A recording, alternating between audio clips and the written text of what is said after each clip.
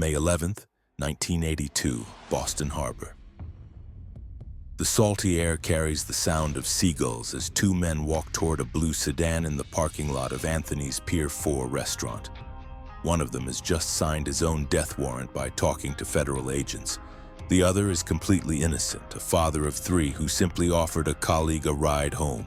Hidden in the shadows, a figure watches through binoculars. This isn't just any criminal surveillance operation. The man coordinating this execution is being protected by the very agency sworn to bring him to justice. In a few moments, bullets will shatter the evening calm and two lives will end. But the most shocking part isn't the violence itself. It's who made it possible. What you're about to discover is the darkest chapter in FBI history. A story so twisted that it reads like fiction, but every detail is documented fact. This is the tale of how America's premier law enforcement agency became accomplice to murder, extortion, and decades of terror.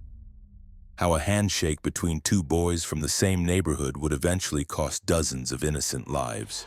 The FBI has faced scandals before, but nothing compares to what happened in Boston between 1975 and 1995. This wasn't just corruption. This was a complete moral collapse that turned federal agents into accessories to murder. And it all started with a lie that would echo for 20 years. To understand how the FBI became partners with one of America's most ruthless killers, we need to go back to where it all began. South Boston in the 1950s wasn't just a neighborhood. It was a fortress of Irish Catholic families bound together by loyalty, tradition, and an unwritten code that outsiders could never fully understand. In this tight-knit community, two boys were growing up just blocks apart. Their paths would cross in ways that would reshape American law enforcement forever. One would rise through the ranks to become a decorated federal agent. The other would become the most feared gangster on the East Coast. And their childhood bond would create a devil's bargain that cost innocent people their lives. James Bulger was already making a name for himself by age 14. While other kids played street hockey, he was running with gangs, learning the art of intimidation. But he wasn't just another teenage delinquent. Even then, he had a code. He protected the younger kids in the neighborhood, handed out ice cream, and made sure bullies learned painful lessons. John Connolly was 6 years younger, but he watched Bulger with the kind of admiration reserved for heroes. When older kids cornered Connolly one afternoon, threatening to beat him up, Bulger stepped in without hesitation. No questions asked, no favors expected, just neighborhood loyalty in action. That moment created a debt that would haunt American law enforcement for decades. By the 1960s, their lives had taken dramatically different turns. Bulger was serving time in Alcatraz for armed robbery, learning criminal tactics from some of the most dangerous men in America. Meanwhile, Connolly was graduating from Boston College and setting his sights on the FBI Academy. Two kids from the same streets heading toward a collision that would shake the justice system to its core. When Connolly graduated from the FBI Academy in 1968, he had one career goal that burned brighter than all others. He wanted to take down the Italian mafia families that controlled organized crime throughout New England. The Patriarca crime family had dominated Boston's underworld for decades, and bringing them down would be the kind of career-making victory that agents dreamed about. After assignments across the country, Connolly requested a transfer back to Boston. He knew the streets, understood the culture, and most importantly, he had connections that other federal agents could never develop. What he didn't realize was that his most valuable connection was about to become his most dangerous liability. By 1975, Whitey Bulger had transformed himself completely. Prison had been his graduate school in organized crime, and he returned to South Boston with a ruthless efficiency that impressed even veteran criminals.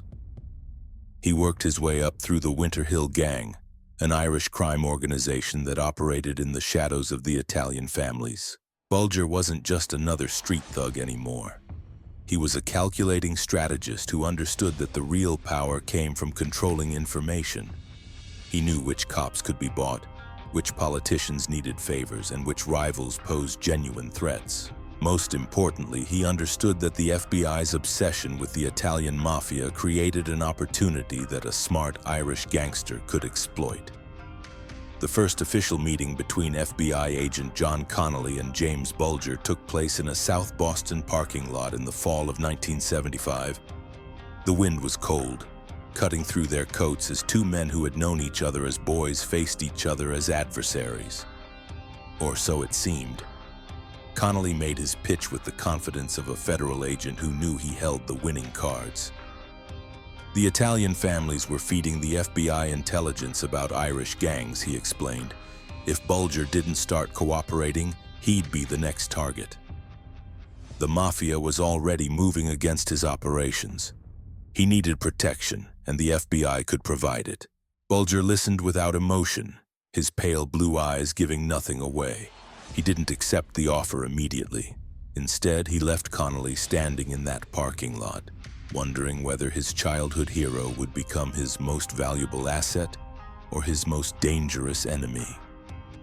Days passed with no word from Bulger. Then something happened that changed everything. One of Bulger's associates was gunned down in broad daylight, killed by soldiers from the Italian mob. The message was clear. The war for Boston's underworld was escalating, and choosing sides was no longer optional. That same day, Connolly's phone rang. The voice on the other end was calm, measured, and familiar. "I'm in." Ugh. On September 30th, 1975, the name James Bulger was officially entered into FBI files as informant BS 1544-TE. The TE stood for Top Echelon, a designation reserved for the Bureau's most elite sources.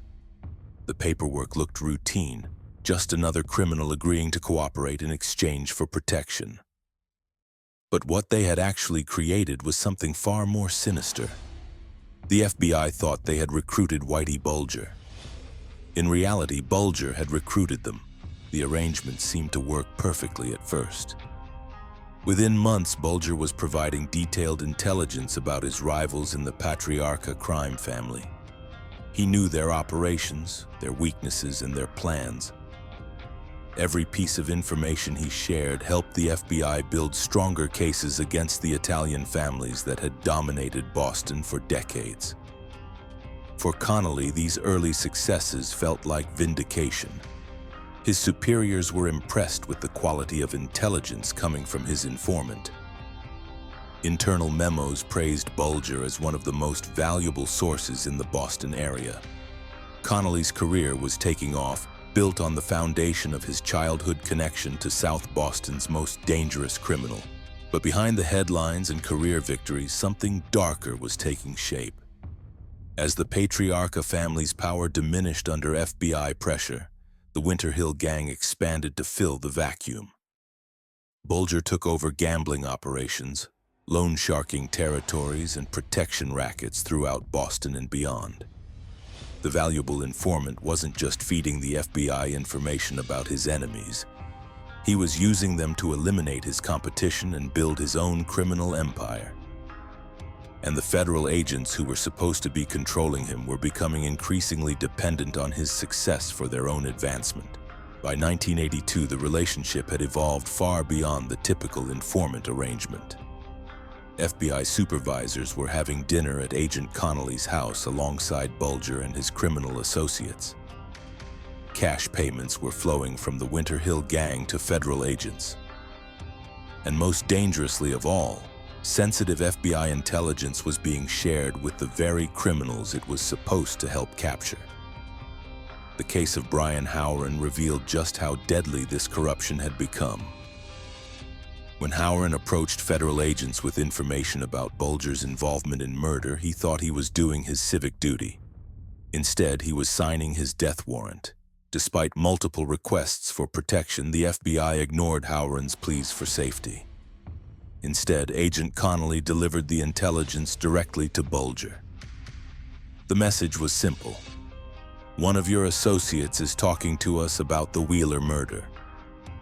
Weeks later, Howren was executed in broad daylight on the Boston waterfront. With him died Michael Donahue, an innocent father who had simply offered a colleague a ride home. Both men became victims of a corrupt system that had lost sight of its most basic mission, protecting the innocent from the guilty. But this was just the beginning. The FBI's protection of Whitey Bulger would enable decades of violence, corruption, and terror.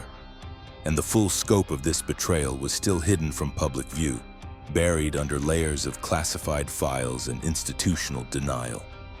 The devil's bargain was complete, and innocent people would pay the price. The corruption wasn't just about money or career advancement. It was about fear. FBI Supervisor John Morris would later testify that once you crossed the line with Whitey Bulger, there was no going back. The cash payments, the dinner parties, the sharing of classified information. Each act made the agents more complicit, more trapped, and more dangerous to anyone who threatened their arrangement. Morris described feeling like he was walking a tightrope. On one side was his oath as a federal agent, his duty to uphold the law. On the other was Whitey Bulger, a man who had demonstrated repeatedly that crossing him meant death. The supervisor found himself accepting thousands of dollars in bribes, not just out of greed, but out of genuine terror of what would happen if he refused. Meanwhile, Bulger was playing a much more sophisticated game than anyone realized. His FBI file, carefully maintained by Connolly, was filled with intelligence that made him appear invaluable. But investigators would later discover that much of this information actually came from other sources. Connolly was falsifying reports, attributing intelligence from different informants to Bulger to justify his continued protection. The real Bulger was providing far less valuable information than the FBI believed. Instead, he was using his relationship with federal agents to eliminate rivals, protect his operations, and expand his criminal empire throughout New England. Every piece of intelligence he shared served his own interests first. Law enforcement agencies outside the FBI began noticing patterns that didn't make sense. The Massachusetts State Police and the Drug Enforcement Administration watched their investigations into Bulger's operations mysteriously fall apart. Surveillance locations were compromised before they could be established. Wiretaps were discovered and dismantled. Witnesses suddenly refused to cooperate or disappeared entirely.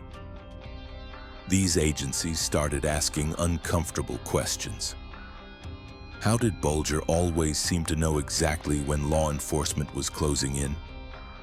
Why did every serious investigation into the Winter Hill Gang hit unexpected roadblocks? The answer was becoming increasingly clear, but proving it would take years. The violence continued to escalate throughout the 1980s. Deborah Davis, the girlfriend of Bulger's partner Stephen Flemmi, made the fatal mistake of learning too much about their FBI connections. When she threatened to expose the relationship, she was lured to a vacant house in South Boston.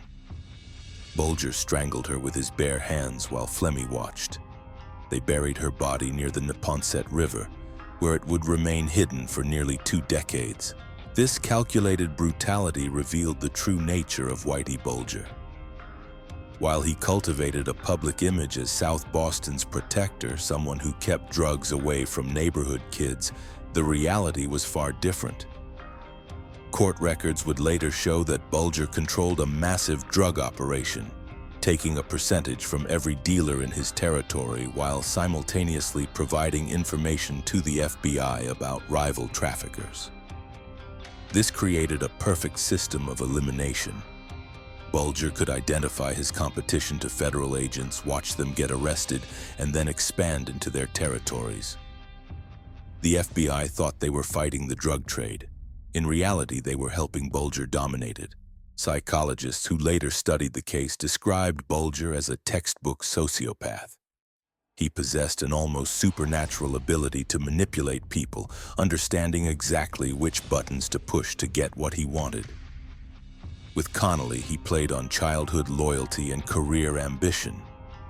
With Morris, he used fear and financial pressure. With other agents, he offered information that made them look successful to their superiors. But the most disturbing aspect of Bulger's manipulation was how he convinced federal agents that they were still the good guys. He framed their relationship as a necessary evil, a partnership that served the greater good of taking down the Italian mafia. The agents told themselves they were sacrificing their ethics for a larger victory against organized crime. By the late 1980s, the corruption had reached levels that seemed impossible to contain. Connolly had been promoted to supervisor, giving him even more power to protect Bulger from investigation. The cash payments from the Winter Hill Gang, later estimated at over $200,000, allowed agents to live far beyond what their federal salaries should have supported. Other law enforcement agencies were becoming increasingly frustrated and suspicious. FBI agents from different divisions began asking why this particular informant seemed completely untouchable. The pressure was building, but the corrupt network had become so entrenched that exposing it seemed almost impossible. The first crack in the wall came from an unexpected source. A team of investigative reporters at the Boston Globe had begun asking uncomfortable questions about Bulger's apparent immunity from prosecution. Their reporting suggested connections between the gangster and federal agents that went far beyond any normal informant relationship. Media scrutiny created external pressure that the FBI could no longer entirely control.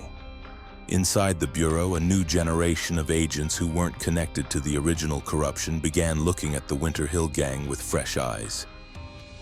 In 1990, a new special agent in charge arrived at the Boston office. And unlike his predecessors, he wasn't part of the old guard that had protected Bulger for so long. The pressure finally became too much for John Morris. Consumed by guilt and fear of exposure, he made the decision that would bring down the entire corrupt enterprise. In April 1995, Morris walked into the office of federal prosecutors and confessed everything. He admitted to accepting bribes, helping protect Bulger from investigation, and most damning of all, he confirmed that the FBI had been complicit in multiple murders. With Morris's testimony, federal prosecutors finally had what they needed to act. An indictment was prepared against Bulger, Flemmi, and several associates, charging them with extortion, racketeering, and involvement in 19 murders. After 20 years of protection, Whitey Bulger was about to face justice. But John Connolly had one final act of corruption to commit. According to later testimony, he learned about the sealed indictment before it was executed. On December 23, 1994, he made a phone call that would define the next chapter of this saga. Tipped off by his FBI protector, Bulger disappeared just hours before agents arrived to arrest him. The most wanted criminal in America had vanished, aided by the very agency that was supposed to capture him. It would take 16 more years and one of the largest manhunts in FBI history to finally bring Whitey Bulger to justice. When he was finally captured in 2011, living quietly in Santa Monica, California, the full scope of the FBI's betrayal was finally exposed to the world. John Connolly was convicted of murder for his role in leaking information that led to killings. He was sentenced to 40 years in prison, effectively a life sentence for the aging former agent. John Morris received immunity in exchange for his testimony, but his career and reputation were destroyed forever. Whitey Bulger was convicted of 31 criminal counts, including involvement in 11 murders. He was sentenced to 2 consecutive life terms plus 5 years. In October 2018, less than 12 hours after arriving at a federal penitentiary in West Virginia, he was beaten to death by fellow inmates. His eyes were nearly gouged out, and he was killed with a lock wrapped in a sock. Many saw it as final justice for a man who had inflicted so much suffering. But the true measure of this tragedy isn't found in the fates of the criminals and corrupt agents. It lies in the innocent lives that were destroyed along the way.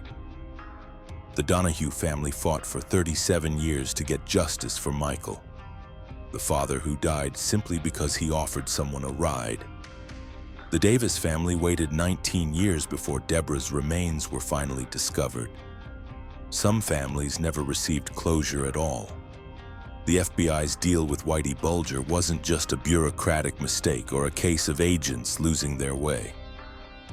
It was a fundamental betrayal of everything law enforcement is supposed to represent. It corrupted the justice system, cost innocent lives, and shattered public trust in ways that continue to echo today. This case stands as the darkest reminder that the line between law enforcement and criminals must remain clear and absolute. Because once that line disappears, everyone becomes complicit. The criminals, their protectors, and most tragically of all, the innocent people who trusted the system to keep them safe. In the end, the FBI's most evil operation wasn't something they did to their enemies. It was what they did to themselves, and to the very concept of justice they had sworn to uphold.